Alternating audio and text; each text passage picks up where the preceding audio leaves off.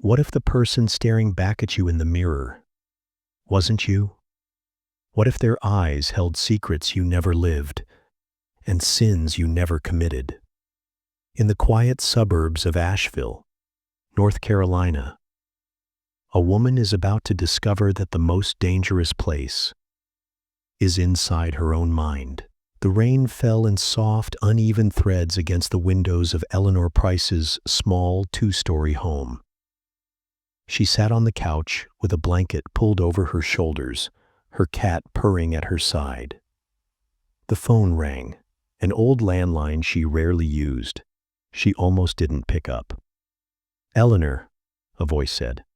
A man's voice, low, familiar. Her breath caught. "Who is this?" "You know who I am," the voice replied, "and you know what you did." The line went dead. Her hands trembled as she set the receiver down. She didn't know the voice, yet it felt carved into her memory, like an old scar she couldn't place. That night, Eleanor wandered through her home in the dim glow of a single lamp. She paused at the attic door, a place she never entered. Something about the voice had left her restless. She climbed the creaky steps, each one protesting under her weight. The attic smelled of dust and cedar. Her flashlight beam landed on an ornate, full-length mirror draped in a white cloth. She didn't remember owning it. When she pulled the cloth away, her reflection stared back, but it was wrong. Her hair was slightly shorter, her eyes colder. The reflection smiled before she did. Eleanor stumbled back, heart hammering. She laughed nervously at herself. "Sleep deprivation," she whispered. But the unease stayed. The next day, she visited Dr. Samuel Grant, her therapist of 3 years. "You've been talking about this mirror before," he said slowly. "No, I haven't," she replied, confused. Dr. Grant opened his notes. "2 months ago, you said you'd been avoiding the attic because of a mirror that frightened you. You told me it showed someone else." Eleanor stared at him. "I don't remember that." He leaned forward. "Memories can fracture. Carl Jung wrote about the shadow. Parts of ourselves we bury so deep, they take on a life of their own." She shivered. "You think I'm losing my mind?" "I think," he said, "something is trying to be remembered." At 3:17 a.m., Eleanor woke to the sound of footsteps above her bedroom, the attic. She grabbed a flashlight and crept upstairs. The mirror stood uncovered, catching the moonlight. Her reflection was already there, standing perfectly still. But this time, the reflection's lips moved. "You left me," it mouthed. The attic light bulb flickered and went out. The darkness pressed in like cold water. When she turned on her flashlight again, the mirror was covered, and she was alone. The next morning, Eleanor's neighbor, Mrs. Carver, an elderly woman with clouded eyes, waved her over from her porch. "I heard footsteps again last night," Mrs. Carver said, "just like when the Harringtons lived there." Eleanor frowned. "Who?" Mrs. Carver's voice dropped. "They owned your house before you. Left in the middle of the night, never came back. People said the wife saw her own ghost in the attic." Eleanor forced a laugh, but her skin prickled. "Urban legend," she said. "Legends," Mrs. Carver replied, "come from somewhere." Later, Eleanor sifted through an old box of documents the realtor had given her when she bought the house. Tucked between papers was a black and white photograph. Her blood ran cold. It was her, or someone who looked exactly like her, standing in front of the attic mirror. Same eyes, same tilt of the head. But the picture was dated November 14th, 1973. She slammed the box shut, her heart pounding. Was it a relative, a trick of genetics, or Something older? That night, Eleanor dreamed she was in the attic. The mirror glowed faintly, and the other version of herself stepped out. "I'm not here to hurt you," it said. "I'm here to finish what you started." Eleanor felt her lips move, but the words weren't hers. "I remember the fire." Flames roared up around them. Smoke stung her eyes. The other Eleanor reached for her hand, and then she woke up, coughing, the smell of smoke lingering in her room. Back in Dr. Grant's office, she told him everything: the photo, the dream, the smell of smoke. He listened quietly, then said, "Jung believed the shadow wasn't always evil. Sometimes it's a protector, but if ignored, it can destroy you." She leaned forward. "How do I stop it?" "You don't stop it," he said. "You face it. You integrate it." Eleanor's voice shook. "And if I can't?" His eyes darkened. "Then it will take your place." That evening, the phone rang again. Same voice as before. "You're ready now," it said. "Come upstairs." Her body moved before her mind caught up.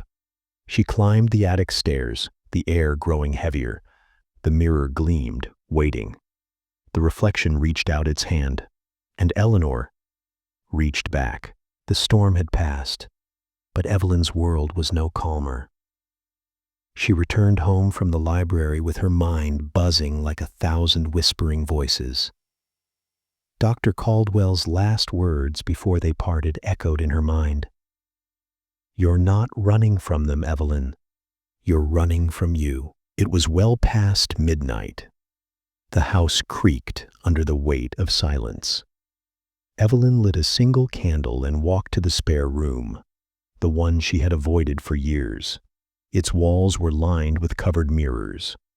One by one, she removed the dusty sheets, revealing her reflection over and over again, multiplied into infinity. Her face, pale and tired, stared back at her. Then, as she watched, one of the reflections smiled, but she hadn't moved. A chill ran down her spine. She blinked. The smile was gone. The next day, she opened a wooden box her mother had kept hidden in the attic.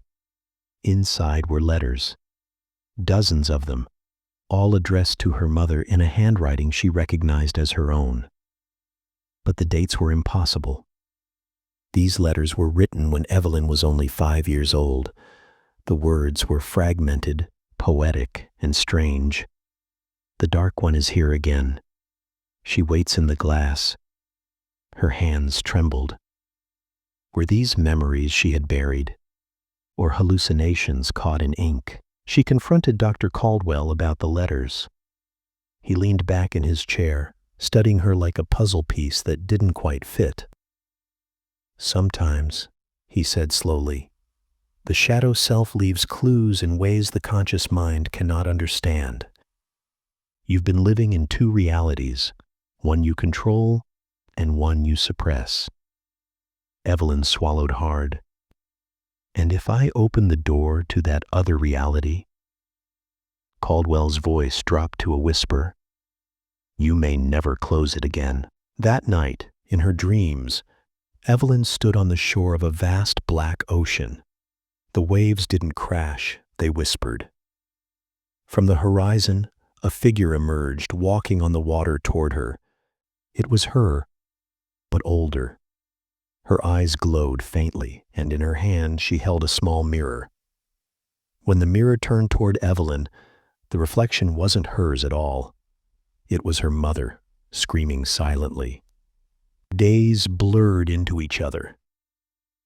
Evelyn began seeing the smiling reflection in windows, shop doors, even puddles. Her co-workers noticed she was distracted, her sentences trailing off mid-thought. She stopped answering friends' calls. It felt as though the shadow was stepping closer every day, preparing for something. She could almost hear it breathing behind her at night. One evening, she returned to Dr. Caldwell's office, pale and trembling. "I can't fight her anymore." she said. Caldwell took out a small leather-bound book and placed it in front of her. This is Jung's Red Book. It's not for reading. It's for facing. If you open it, you will see what you fear most, and you will either integrate or shatter. Her fingers hovered over the cover. Once I see it, I can't unsee it, can I? She asked. No, Caldwell said. But you'll know the truth. She opened the book. Instead of words, she saw a moving image, a scene unfolding inside the pages. A little girl sat alone in a dark room, crying.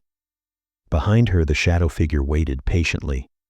When Evelyn stepped closer, the girl looked up. It was her younger self. The shadow whispered, "I've kept her safe from you." Evelyn's chest tightened. Safe or trapped? She demanded. The shadow smiled. Both. Tears streamed down Evelyn's face as she approached the child. "I'm sorry I left you here," she whispered, kneeling. The child reached out. When Evelyn took her hand, the shadow began to dissolve into black smoke, swirling into both of them. It was terrifying, but also warm. The girl faded into her, and Evelyn felt a sudden clarity, as though she had been blind her whole life and could finally see. Weeks later, Evelyn stood in front of the uncovered mirrors. This time, every reflection moved exactly as she did. The smile she saw was hers, and it was real. In the distance, the storm clouds of her mind had broken, letting in light. She still heard whispers now and then, but they no longer frightened her. She understood them. The shadow was no longer an enemy. It was a part of her. Sometimes, the scariest thing you'll ever face isn't a ghost, a monster, or a stranger in the dark.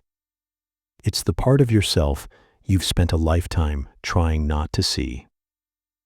If you love deep, mind-bending stories like this, hit that subscribe button, drop a like, and share it with someone who enjoys a good mystery. Your support keeps these stories alive.